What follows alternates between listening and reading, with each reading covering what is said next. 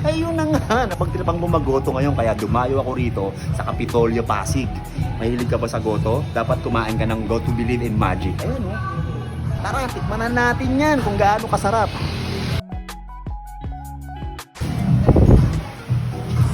Check out muna natin mga kabiyahe ang kanilang menu. Oh, ayan, may graffiti pa sila sa wall. Mahusay din ang artist. Pay as you order pala sila, kaya lumapit na ako sa cashier at nag-order. Eto na ang in-order ko. Go to heaven. Na may kasamang laman, tuwalya, at ang inilagay kong itlog ay century egg. Ayan oh, umuusok-usok pa mga kabiyahe. Netmai talaga. Sarap.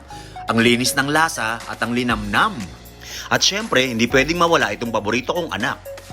Anak ng tokwa. Partner talaga yan ng goto. Hanip ang tokwa nila. Tostado yung labas tapos soft yung loob. Naalala ko tuloy yung lugawan ni Bossing na ang title Ang Goto Ko, Mahal. Pero dito sa Go to Believe, mura lang at masarap. Isang anak ng tokwa pa nga dyan.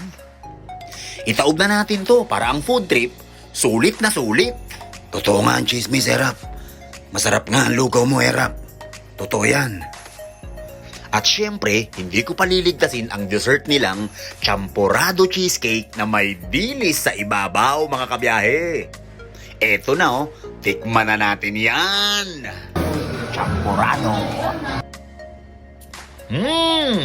Yummy. Panalong kombinasyon. Uy, may pa-cherry pa si Aling Terry. Ibang klase. Dilis. O ayan mga kabiyahe, dumayo na kayo rito para maggoto. At napakarami rin nilang pagkain na pwede nyong pagpilian. Panalo, busog ako. Hanggang sa susunod na journey at biyahe ni Fu!